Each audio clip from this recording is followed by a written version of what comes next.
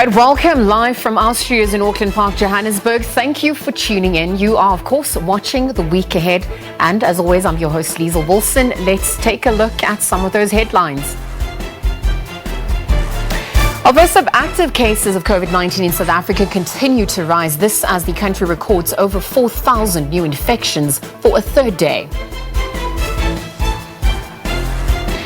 In other news, KwaZulu-Natal Premier Liezle Wilson will today give an update on the situation following the floods in the province. Meanwhile, the search for victims of the floods continue. And finally, further afield, France heads to the polls in a hotly contested presidential election.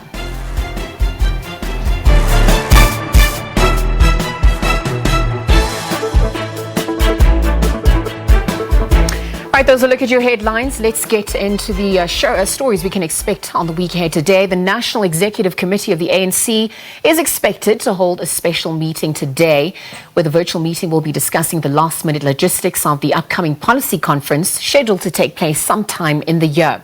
While the step-aside policy of the ANC is likely to be discussed in the wake of the re-election of Zandile Gumede as the eThekwini regional chairperson, while facing criminal charges. For more on this, early on, the SABC spoke to the ANC national spokesperson, Bule Mabe.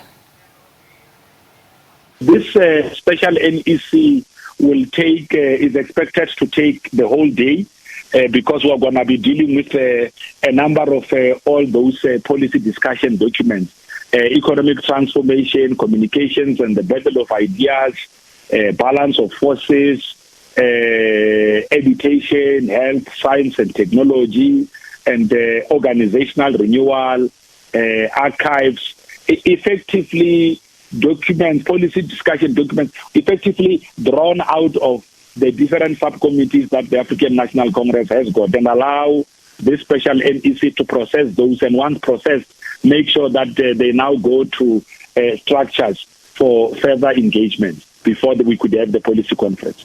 In January of this year, at the back of the 110th anniversary, in the NEC statement pronounced on our behalf by President of the African National Congress, President Cyril Ramaphosa, we did say to the public that we are going to be establishing the Renewal Commission. Fast forward, we've already pronounced ourselves on the establishment of that Renewal Commission. Yesterday, led by President Ramaphosa, again here in Mangaung, we launched the national campaign, stigma, to be able to strengthen our social compact for renewal with the people. Now more on volunteer work, making sure that our people could get down to work.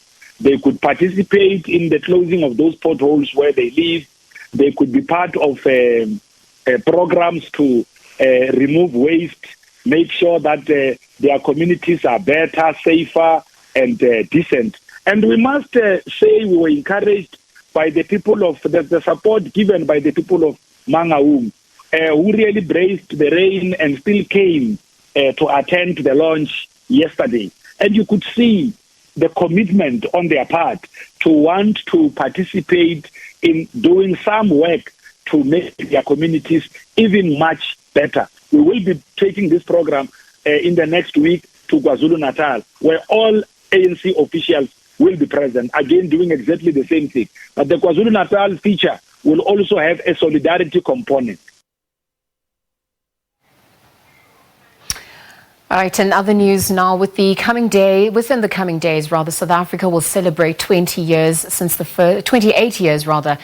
first democratic elections were held, where the dawn of this new era brought about changes and discussions of many issues. Well, this afternoon, we're going to be taking a look at how far we have come as a nation and perhaps where we're headed to. Joining us for discussion, we are joined by Dr. Leslie Ann Foster, founder and director of Masimanyane Women's Rights International, as well as Steve Letsike, founder of Access Chapter 2, an activist and deputy chair of the SA AIDS Council. Steve, good afternoon. Thank you for joining us. Let me start the conversation off with you for now. And I think it's very important to contextualize everything, particularly as we look at the narratives and concepts being used. So I want to start with defining concepts of equality and inclusivity without reinforcing bias and prejudice at large, because the question or the conversation then begins to look at how do we start to define what these terms mean in terms of social justice at large. If we are to destabilize heteronormativity, how do we do so without creating a society that agrees to accept people as different, but they are then used as the norm? That norm is in fact what needs to be destabilized. Yeah, no, thank you so much, Liezle. Good afternoon to you and to the viewers of SABC, and of course to my panelists here, Leslie and Foster. I think we have to really reflect when we define equality, when we define injustices. Our reflection has to be the base of where we come from, and often is the deep ocean of where we come from and the history of prejudice, and that has led us to inequality and injustices that exist. And I think even with how you look at the rule of law, I mean, no doubt South Africa has the best legal framework in the world. I mean, many states take leap into looking at our own legal framework. I think the challenge we are confronted with is the challenge of implementation and enforcing our laws in a way that they become practical to the vulnerable and marginalized society. We come from the history of colonization, the history that is deep-rooted with apartheid governance, but with the 28 years, the aspiration of really taking a kinship approach on arrangement of bridging the gap of equality. We'll have to look at who have we left behind and how do we then ensure that they are not experiencing the very same vulnerability and also the very same barriers to access and equality to now. And I think that's what is confronting us. So even when you talk about heteronormativity, even when you talk about access to political, economic, and social rights, all of this has to take into interest the history, but also has to take in interest what we do now with the same rule that is important to fight for equality, freedoms, and at the very same lens, ensure that we are not discriminating against each other. Yeah, absolutely. So let's get into it then and look at what those practical ways look like. Perhaps also the strides that have been taken, 27 years into democracy. And, understanding this, obviously a deep-seated prejudice is a long process of socialization. So perhaps to unlearn, learn and relearn is also going to be taking some time. But I mean, it's not only limited to policy alone. It's also challenging attitudes and various power dynamics at large. And I wonder if you, in your opinion, think that government has done enough to protect the LGBTQI plus community at large. Perhaps how do institutions continue to remain heteronormative and not as inclusive? Yeah, I think what we have failed to distinguish, government is, has different spheres. The national, which often is the one that develops, policies, alongside parliament processes. But when you go provincial to local level, this is where implementation takes place. Now, whether there has been a disconnection of talk to action from policy to really ensuring that it reaches to the level of implementation, we have not actually enforced and ensured that there is implementation of existing laws and legal protection, particularly for vulnerable communities, whether you're talking LGBTI or you're talking women and so forth. Because even with the case of gender and gender equality, we have really not, gained that level of access in terms of what we wanted, from what women even fought for since 1956. But here we are. The analysis that we have to think through is whether the implementation and government has done enough. I think government, to a certain extent, have ensured that the legal protection are enabling and the legal space becomes that. But you are quite correct, Liezle. The attitude and the social behavior change has not infused to what we have predominantly put forward. Now, there's a need of ensuring that the full implementation of legal measures must be in place. That goes with education, that goes with social protection, that goes with equal protection. We cannot accept when young people, young queer people, LGBTI people being discriminated in school setting or at police stations or even at clinics and so forth. It cannot be a norm, and that we have to always test the discrimination cases through legal measures, that we take this into equality courts. It's unacceptable. How do we actually ensure that we normalize, making sure that we implement things accordingly, and we implement things with ethics and protection of society by everyone, including investing, ensuring that we invest with the very same marginalized population? How do we promote integrated social cohesion? How do we ensure that the rights of people are promoted, fulfilled, and protected throughout? So we can actually say that, yes, 28 years is a long time. There has been progress. But there's been limitation and gaps that we see a ripple effect with the number of discrimination and hate crimes that are actually experienced by LGBTI people. You know, just before I introduce Dr. Liezle Ann Foster, the founder and director of Masimanye Women's Rights International, Steve, I also want to look perhaps at the economic cost of the LGBTQI plus stigma and discrimination, particularly in South Africa. How would you begin to quantify what that looks like? You know, there's been various studies that have been released over the years. I mean, if you take the cost of gender-based violence, it costs this country 45 billion annually to respond to gender-based violence. If you actually think about it, this 45 billion, if we prevent gender-based violence, it actually can mean something else on an economic lens. It can create job opportunities. It can actually invest on women, it can invest on LGBTI community, and it actually can ensure that people are not unemployed, they are not educated, they are not limited to accessing economic opportunities. That's gender-based violence. And then you also look at the cost of homophobia, the cost of transphobia in this country. I mean, we are not smart to really turn the tide of what really matters. We actually are investing our efforts in response as opposed to prevention. And that's what we have been calling for. You cannot maintain stigma and discrimination, violence and other things and respond only. That's not being proactive. And I think that's the biggest challenge. So if we turn the tide, we can actually turn the tide on where our investment of resources is going in terms of, you know, really looking at accountability, looking at change and looking at enforcing certain laws at an implementation level. Steve, thank you so much for that analysis. I want to invite Dr. Liezle into the conversation, perhaps on the back of, you know, what we were discussing. Dr. Liezle, you know, we've heard about the economic costs that discrimination has, brought about amongst the LGBTQI plus community at large. And I wonder if I could pose the same question to you, but perhaps look at it from a gender-based violence perspective. I mean, to date, to understand what is currently happening in South Africa, given the alarming statistics around gender-based violence in South Africa, I mean, we also have to look at what happened in history to understand our contemporary reality. So I wonder if you can contextualize, you know, the history of violence in South Africa, perhaps how it continues to permeate the rest of society, given the scourge of violence we're experiencing to date. Thank you. Good afternoon to you and to Steve. Nice to be with you and also all the viewers today.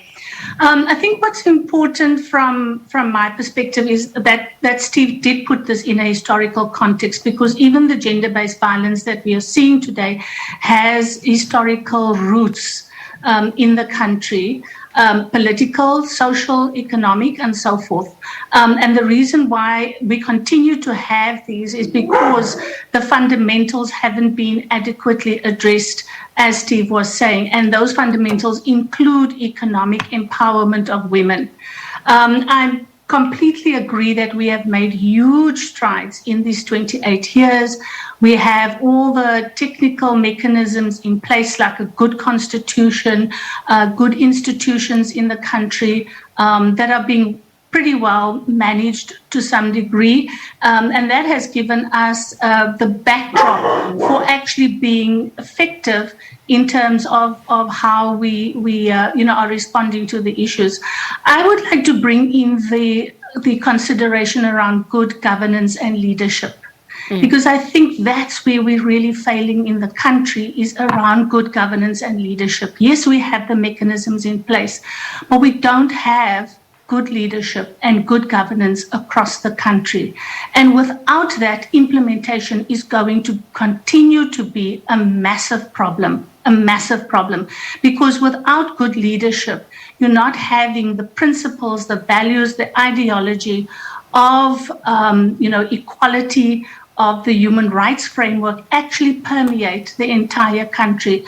And the fundamentals on the economic front, if those are not in place, we're going to continue to have unemployment, we're going to continue to have underemployed people, and women are always the group that takes the hardest hit with these kinds of problems, which are both political and social in nature. So we have to think about how do we improve the leadership in the country as a whole. We cannot veer away from the fact that we have extremely high levels of corruption. And with high levels of corruption, you have problems around service delivery, you have problems around implementation. And you can have a wonderful constitution and an array, of instruments and mechanisms. You can have all of these really strong, powerful tools with which to work. But if there's poor governance, if there is poor leadership, and if there is at high levels of corruption, that's where the problem lies. So you have very sporadic responses to gender-based violence. A lot of it is about looking at victims and not prevention, and Steve mentioned this a lot. Prevention has been key, and across the world we've discovered that was really the main issue that we need to be dealing with. Again, comes down to good governance and really sound leadership. And we have to put a stop to the corruption at all levels of government and within civil society, because it's not just on one. What we see is a country now where corruption has taken root to such an extent that it's almost normalized, it's almost accepted. And when you have that, you have the loss of trust of citizens. We see that in all the protests that are happening, in the looting that happens within disasters. All of those negative influences are also part of the fact that we are not having a strong society in which people can place their trust. We don't have leaders in which people can place their trust, believe them, where there's mutual respect. I mean, respect comes from simple things. I heard as I connected here, talking about potholes in streets, talking about the removal of garbage in our communities. All of those things are about good governance and leadership. And those small things are linked, they link together to form the big problem that we have at a societal level in our country. Steve, on the back of the sentiments echoed by Dr. Liezle, I mean, she's spoken about good governance, leadership, fighting corruption as well. And I wonder, in your opinion, how do we begin to navigate the power structures that currently persist in society? And how do we counter some of the microaggressions and even the silences that support the status quo somewhat? Look, I think we have to really, be intentional in our approach. Our laws are very clear. And if you cannot implement the laws that holds the country, that protects the country, and that also fulfills the wishes of the society, because remember, even when these laws were developed, there has been consultations around the kind of laws we want. And we want to make sure that these intentional laws are implemented. But also at the same time, we have to be intentional in confronting the very difficult reality that people live in. People are poor and becoming more poorer. The rich are becoming more richer. And it cannot be right that we are not providing the direct leadership that speaks to the society's needs, but also that changes the very same hope and aspiration that people want. But at the same time, how do we hold those in government, and how do we hold citizens accountable? Because that is also not disconnected. Because at the same time, we expect and we have high expectation of service delivery and every other things. But we also have high expectation on the behavior and attitude of citizens. If you have any illegal activities taking place, you have to report them. You have to take care of your own environment. If you have any kind of violent activities, your neighbor gets beaten up, and you cannot be bypassers in the very same things. I mean, we find people even just recording, taking video while a crime is taking place. What happened to even citizens' arrest? So it also speaks about all of us and our responsibility as society. But that will require a kind of instinct leadership that is in place that only does not come on the after effect. We've got competing priorities, by the way. We're not only just talking violence. We've got other issues, climate change. We've got public health threats. We've got quite a lot that we're dealing with, not even just forgetting the high level of unemployment. But we also have quite a number of other issues that we've been battling with for decades, whether you're talking about racial discrimination, sexual orientation, and many others, including sexism for that matter. Yes. But all of these things must put in place economic and social justice into the center of the needs of society. In the interest of time, I want to pose this question to the both of you. Let me start with you, Dr. Liezle, and then Steve, you're welcome to conclude. Given the violence suffered, the discrimination in society, workplaces, places of worship, perhaps society at large, what does freedom ultimately mean for you? Well, I think, if I look back at growing up in apartheid South Africa and I look at the change that has happened now, we are definitely free in our society in spite of the challenges that exist. Freedom being that we are able to vote, that we are able to contribute to a democracy, to building a democracy. Freedom also means having our human rights protected and guaranteed within our constitution. I think we are on a journey. For any house to be built, you need the foundation, and we are still in the phase of building that foundation. We have certainly got enough instruments that give us and ensure our freedom on so many levels. But for women, freedom is a lot less than what men experience in our society today, because women suffer the violence, they suffer inequality to a greater extent than men do.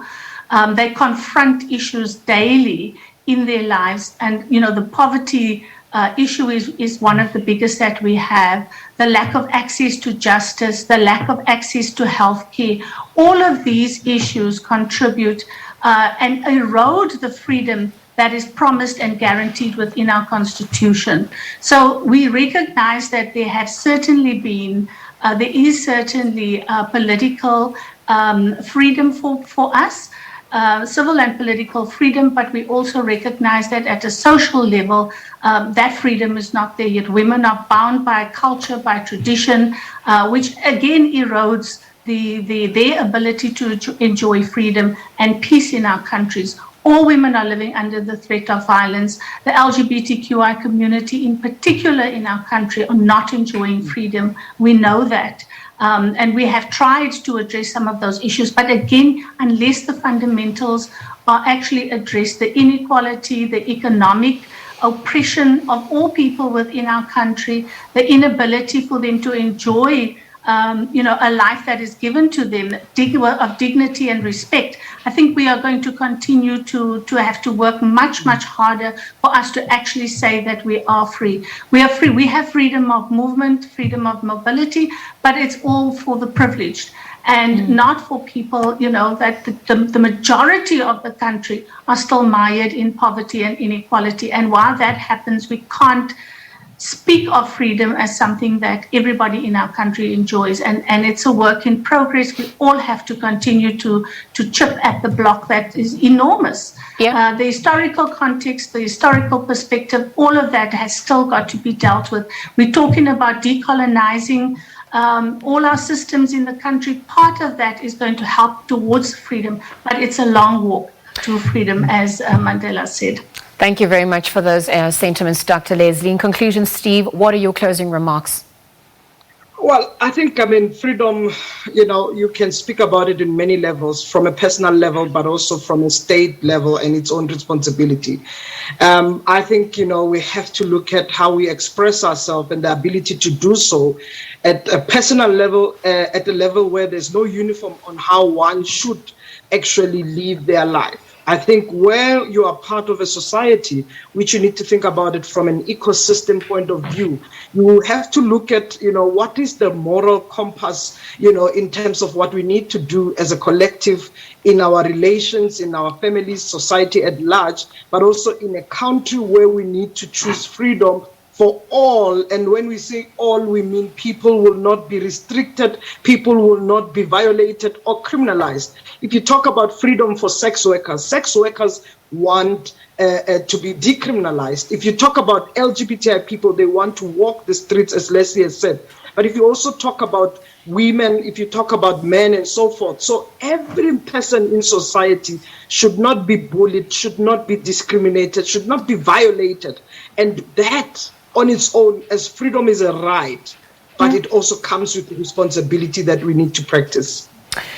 Dr. Liezle Ann Foster, founder and director of Masimanyane Women's Rights International, as well as Steve Letzika, founder of Access Chapter 2, activist and deputy chair of SA AIDS Council. Thank you very much for your time here today on the SABC. So much to unpack, perhaps more questions than answers at this point. But again, we were in conversation with them, highlighting the plight of LGBTQI plus community and women at large, the attainment of freedom as the nation commemorates Freedom Day, perhaps chatting about ways to destabilize heteronormativity, redefine cultural practices and narratives, and create spaces that allows for the dignity of all to be upheld. We'll leave the conversation there, take a quick ad break, and continue with more news and updates on the other side. You're watching The Week Ahead with myself, Liezle Wilson. Right, welcome back. This is The Week Ahead. We continue with our discussion. South Africa will be celebrating Freedom Day on the 27th of April. It happens every year to mark the country's first democratic elections since 1994. And Freedom Day in South Africa highlights the strides taken, but it's also a stark reminder of what remains incomplete in the country. As we focus on South Africa's education space, 27 years into democracy, we're going to be exploring what freedom really means and the cost of freedom for our children and communities, perhaps even society at large. Godwin Khosa, CEO of the National Education Collaboration Trust, joins us for more on this discussion. Godwin, good afternoon. Thank you for joining us here on the SABC. Good afternoon to you, Liezle, and good afternoon to the viewers. I think just to start off the conversation, I'd like to, look at the history of South Africa, perhaps the psychosocial distress that we obviously have experienced as a country. I mean, we've seen it having roots in economic circles, political arenas, and social settings. And I wonder, by looking at the consequences thereof, in your opinion, what does transformation in education since 1994 look like? So I think what we can, say at this point is that we've come a long way. And, fortunately, I am of the age that has experienced the pre-democratic era of education, services, as well as the post. When I completed my education and I started getting involved in policy analysis and supporting, policy delivery in the country, I can confidently say that we've come a long way. There are some hard, statistics that we can use. I mean, we used to have, as low as, under 1,000 black matriculants or black sitting for matric.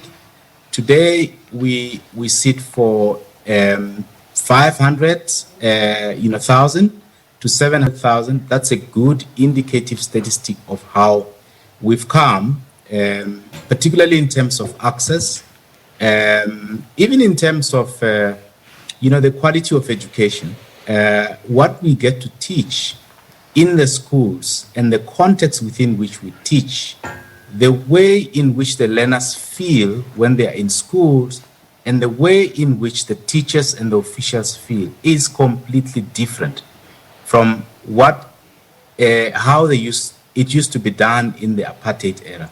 There's lots of freedoms that we have, if you like, integrated into the provision of education in the country, both to the educators as well as the learners who go through the education system. All right, so you've spoken about access and quality of education improving, but obviously it's not a lived reality for everyone. However, we do acknowledge the strides that have been taken over the years, in South Africa's education. And I wonder, perhaps as we look back from 1994 in hindsight to contemporary South Africa and begin to look at the gaps and ways of moving forward. Obviously, there are challenges with the curriculum, many questioning, what is taught in terms of history, language of instruction, in terms of using indigenous languages.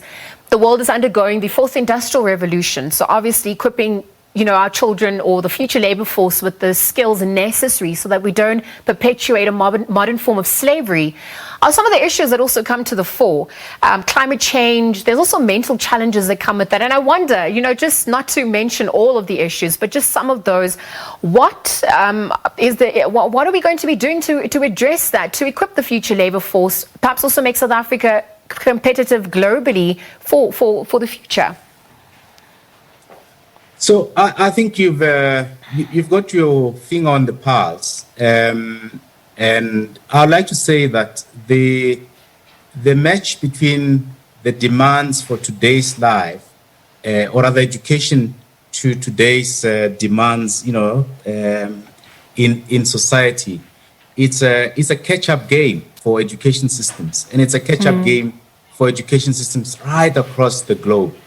It's an even more challenging one in South Africa, given the apartheid history. And add to that, the 2 years of COVID-19 disruptions of education and learning. So in South Africa, post-1994, we had over, 19 different education systems. So for Bantustans, for blacks, for whites, for this kind of whites, for that kind of Black people and so on. The biggest, achievement was having to bring all those together and have a common framework that informs one common education system. But as it happens, in society, socioeconomic class and access to resources by different people and so on ultimately, determine what sort of quality of services they receive. There are over, in fact, 96% of the schools in South Africa are pure public schools that are provided for through public funding and has the same kind of provisions. There's a smaller number of schools, which is around 2.5 or whatever percentage that remains, which is in private sector. So access to the private sector schooling would heavily depend on how much money you have in your pocket. Whilst access to public schooling, actually, it's defined by free education, free resources, and so on. So there's got to be differences between the private sector and your public sector. And unfortunately, there's got to be differences between even between the schools that are in the public sector system. Partly because some public schools are more urbanized areas, others are deeply rural areas, and the flow of teaching resources would actually depend on that and that sort of thing. There are government policies that are put in place to try and bring that sort of equality in that space. But talking about the fourth industrial revolution and the like, the best knowledge you have had about how you make these sorts of transitions was from a Harvard professor whom we work with to explore how we engender the competencies of the future in the South African, learning and teaching environment. He said, making this transition from different approaches, curricula and so on, education system, it's almost like having to move from one branch of a tree to another. And he says, you will be making a big mistake if you attempt to jump. The best way is take one hand off, get hold of the new branch, steady yourself, and bring the other hand. And then you have the whole body move from one to the other. That's what we're doing in South Africa. We are engaging in research, classroom research that helps us to understand what teachers deal with on a daily basis and how to make that move. Yeah. Well, and then on the back of what you're saying, I mean, we can't ignore the COVID-19 pandemic that's obviously come and exacerbated the conditions, the socioeconomic conditions, so compounded by the COVID-19 pandemic. I mean, what has been the impact of the pandemic on teaching and learning across the country? How do we begin to mitigate against the impact? I'm asking this because, there are talks about rising numbers of COVID-19 cases in the country. And we do have, just over 2 years of information perhaps to use as we look back in hindsight on what happened and how we proceed forward. So what does that look like for us as we speak? So the 2 years of lockdown have robbed, learners a lot of learning and teaching time. So they could not be interface with the teachers and so on. And that has impact on what learners of particular age groups will know vis-a-vis what's expected of them. So there's a gap. And we as educationists don't know to the last detail how deep that gap is. We know that it's very deep and it's going to take time to close. The second big impact has been that COVID-19, 2 years of the lockdown has disrupted the operations of your 25,000 school education system that involves 13 million learners, a whole lot of parents, and about 400,000 teachers. So the first thing that we had to do, work on very hard with the Department of Basic Education, was to reboot the education system, get the operations back on track. Because learning and teaching in public schools, in schools, depend on a fully functional operational education system. Beginning of this year, that has been sorted out. All our kids are back in schools. So the advice to each and every school, each and every teacher, do as much as you can now that you have the kids in schools, because honestly, we don't know how this virus is going to behave in the coming couple of months or years. So we've got to do the best we can within this window. And then, you say we don't know what's going to happen. And that obviously played out in the past few weeks, given what's transpired in KwaZulu-Natal, the disaster in relation to the floods, and that affected KZN and parts of Eastern Cape. There's also the issue of textbooks and lack of learning material that children or learners need. How has that now also impacted on teaching and learning? How are we going to begin to salvage the calendar, particularly in those areas? Yeah, look, I mean, there are kind of physical things that have been destroyed, from infrastructure to books to chalkboards and that sort of thing. Those things have to be replaced. They have to be sorted out. But there's also things that have been destroyed, those that we don't see with our naked eyes, These are human beings that have lost lives, that have been destabilized, lost relatives. So psychologically, there will be huge impacts. Even amongst the teachers who could not access the schools because the roads were closed and that sort of thing. We've got to find a way of bringing all this back, to operations. In fact, I like the way the Department of Education is approaching it. They are prioritizing collecting evidence in those 650 schools or plus that have been impacted. So we've got to know, first and foremost, how many textbooks actually have been washed away, how many classrooms are unusable, what kind of psychosocial impact is there. And on the basis of that, government, civil society, unions, private sector, we can come together and support those schools to bring things back to normality. All right. Unfortunately, we run out of time. So much more to ask Godwin, but I want to thank you for your time and analysis. Obviously, Godwin Khosa is the CEO of the National Education Collaboration Trust, and he was focusing on South Africa's education space. 27 years into democracy, exploring what freedom really means and for whom in the education space. And we'll leave the conversation there, but thank him very much for his time and continue with other stories making headlines as we take a look in the week ahead. We've also seen that active cases of COVID-19 in South Africa continue to rise, and the country's recorded over 4,000 new infections for a third consecutive day. 4,230 new cases were reported in the last 24-hour cycle, and the positivity rate was 16.8%. It's down from 17.7% in the previous reporting period. Active cases have increased to over 26,000, and 12 new COVID-19 related deaths have also been reported. It now takes the death toll to 100,298.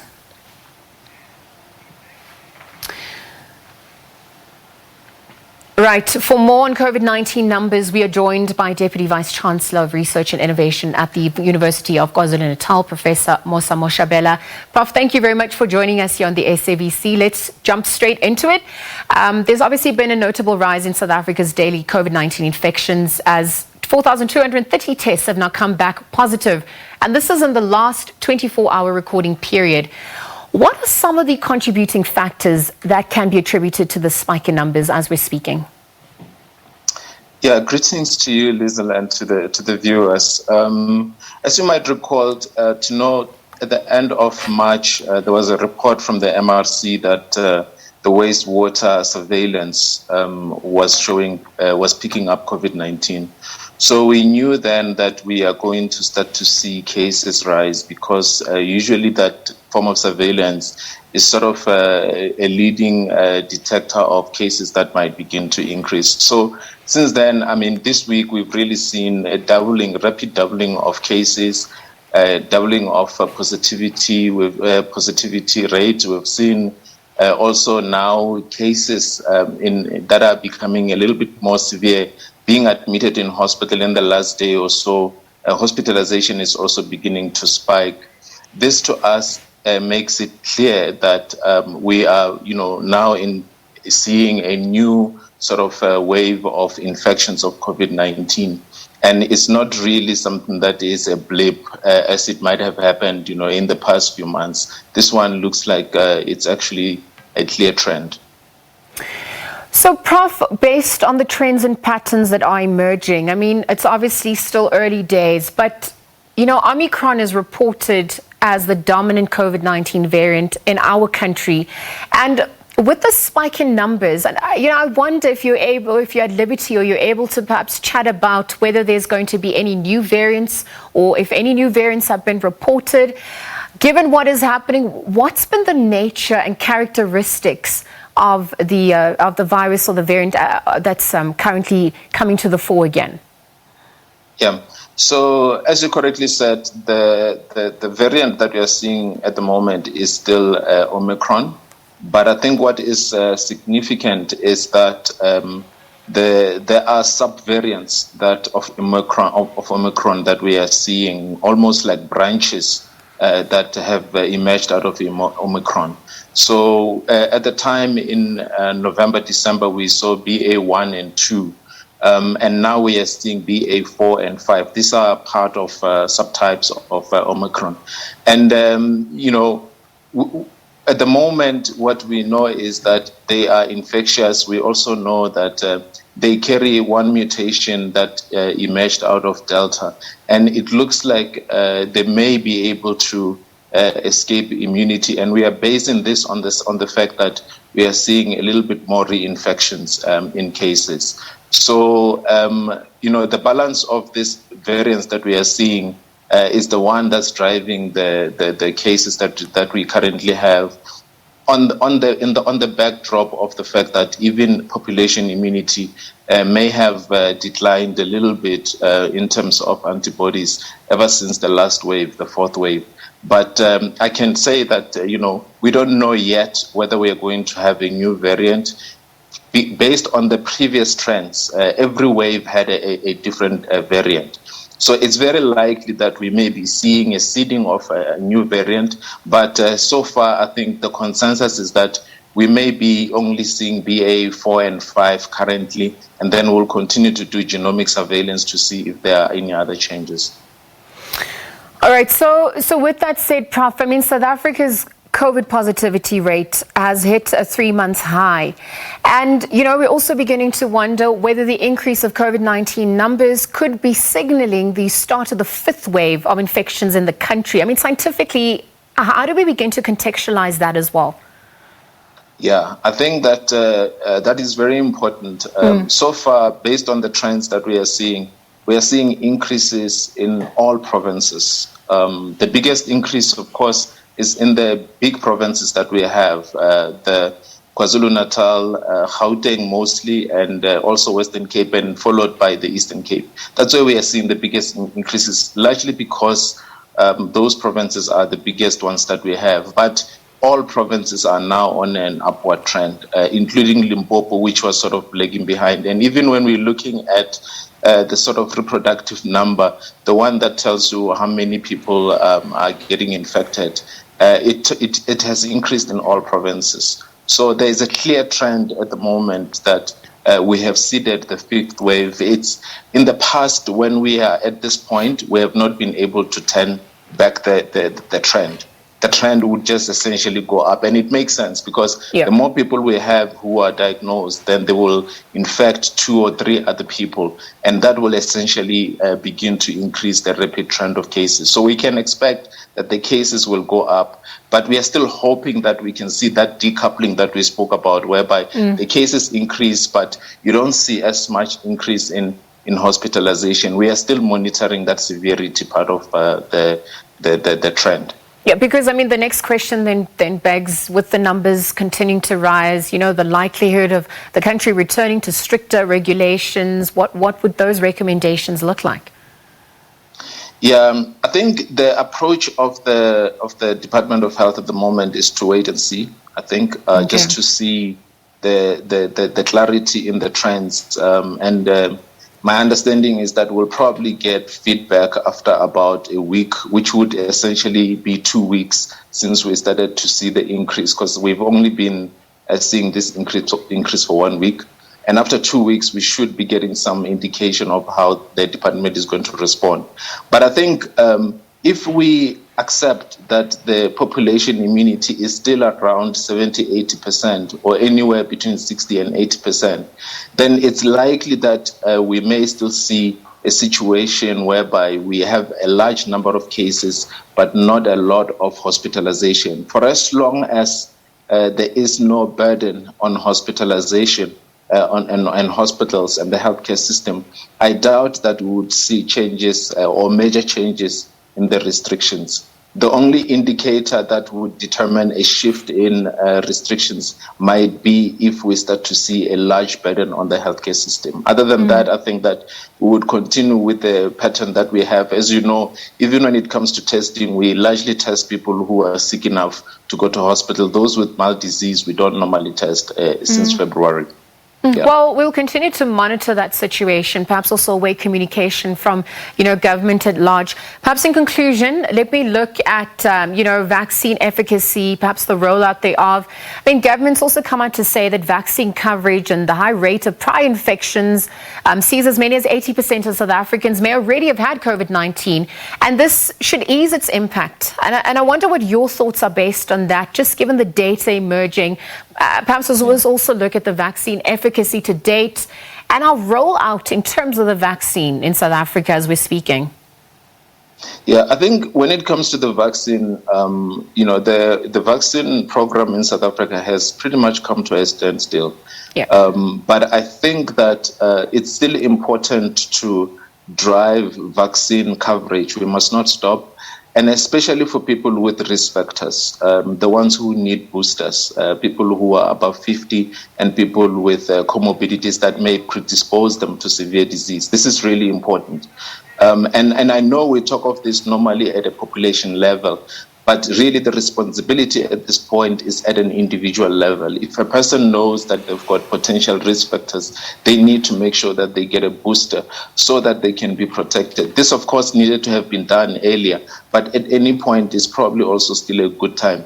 And so if we can just focus on that until we get past the fifth wave, then we can begin to deal with other aspects. And you're correct that we will count on immunity that has emerged from infections, but especially the cellular immunity that tends to protect people from severe disease. Prof, Thank you very much for joining us. I'm going to have to leave the conversation there. Again, Professor Mosa Moshabela, Deputy Vice-Chancellor of Research and Innovation at the University of KwaZulu-Natal, speaking to us about the COVID-19 situation in South Africa as the active cases of COVID-19 in the country continue to rise after the country has now recorded over 4,000 new infections for a third consecutive day. We're going to leave the conversation there and move on to other news that is making headlines as we're speaking, where the Minister of Water and Sanitation, Senzo Mchunu, is currently holding a media briefing. This is to give an update on the progress of repairs following floods in KwaZulu-Natal. Let's take you live there. That we are doing, because where the city runs short, then other levels of government can then intervene so that we cover all communities. Sputnik, back to you. Minister, I'm made to understand that the mayor of Ilembe is here as well, but he was battling with connectivity when you asked him to speak. I don't know if we still have time for him to make his inputs. Mayor, you can make your short input before we wind down.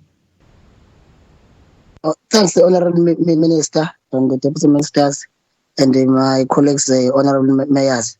If I may check, am I audible, Honourable Minister? Yes. Okay, thanks very much. Now, as the Ilembe municipality following the floods and the damage on Ilembe municipal infrastructure, the teams have been working around the clock, carrying out the repairs, especially on the pipelines to restore water and sanitation services. To date, most areas in KwaDukuza are still challenged.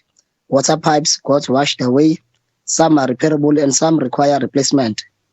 While carrying out repairs, some areas have to be isolated to minimize water losses. We are, however, providing water to isolated areas via water tankers, Honourable Minister. The sewage system as well in KwaDukuza has been severely affected, filled with sands and therefore unable to collect sewage to the Stenga waste water treatment works. We are currently working on unblocking and reconnecting the system to minimize the pollution. Stenga wastewater works treatment also got flooded. In Mandeni, Honourable Minister, water infrastructure was slightly affected in Tsogela area, but the sewer infrastructure suffered the most due to sand ingress. So Ndumbili sewage treatment works is currently off due to flooding of the buildings, pumps and cycling tanks and other equipment. We are currently working on dislodging of tanks that were flooded with the storm water and sand to speed up the restoration of the treatment process. In the Honourable Minister, water infrastructure has been badly affected. The pipes got washed away. A number of water treatment facilities like Montobello in Tsuze, Estumbeni got flooded and are currently offline. Although Montobello and Tsuze have been brought back into action, they've been brought back into action. They are still operating at half capacity. It's half capacity due to some damages to some components. The team are currently busy with the pipes repairing repairs to restore the services. Most areas that are currently served via water tankers until the repairs are complete. Water infrastructure in Mapumulo has also been affected, where pipes were washed away, some left exposed to soil erosion, thus increasing the break risk due to lack of support.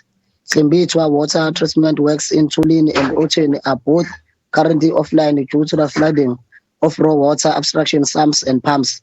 This means that both facilities are not producing quality and the community is dependent on water tankers. The borehole servicing the community of Opaqini, Nkwavimbukalo, Embulwini and Kwandaba has been compromised with the increased dependency on water tankers. The Department of Water and Sanitation, Honourable Minister, together with COGTA, I must appreciate that they have been intervened and provided water tankers to augment the existing Ilembe District Municipality trucks. Department of Water and Sanitation provided us with 12 trucks and COGTA with 8 trucks. These have been distributed among the 4 local municipalities within Ilembe District Municipality. It is important to note that some of the repairs are temporary solutions to get the service back to the people. The damages, however, Honourable Minister, requires a major reconstruction of the entire system. The floods did not affect Ilembe District Municipal Infrastructure. They also affected Umgeni water infrastructure, which supplies Ilembe with bulk water. The Ellesmere Dam was or is flooded and water is muddy, resulting to difficulty in purifying it. This has led to the reduction in the production volumes, resulting to the reduced supply. Areas which are getting water regular supply are getting intermittent supply. Mapumulo scheme is also affected or impacted by the turbidity. The plant and the package plant are not coping with the quality. As a result, reduced volumes are supplied, impacting on the water supply in Mapumulo and Watuza areas. I would like to thank you, Honourable Minister. Thank you very much, Honourable Mayor. Back to you, Sputnik. I think for now we're covered, unless Uku are now here. Thank you. Thank you very much, Minister and Executive Mayor. I haven't got an indication of Ugu's presence, Minister, but I don't see any new questions coming through. And maybe DM would like to say something. DM Ashobo? No, the Minister has covered me. Ugu, Comrade Mayor, Mamalala is here, Matuma. No, it's from Mkungudlo. Mamalala has already been... already made his important. Yes, so she's still not here. No, I'm fine. Sputnik, wind your hands back in your hands. We just want to close by saying that we would like the community of the affected areas around the Teguin, Mkungudlo, Uku, and Ilembe to be assured that we are on the task.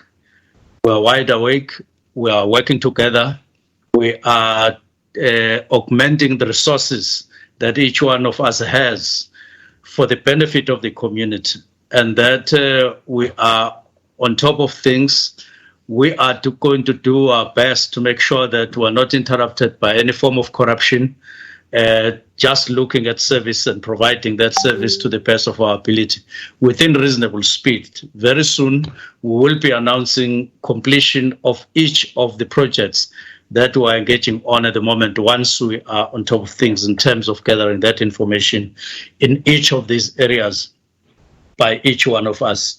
With that, we thank you very much for your attention out there, and we are going to constantly brief you and update you as we proceed. Thank you very much. Thank you very much, Minister, Deputy Minister, Thank you. Honourable Mayors. Thank you. Thank you, colleagues from the media.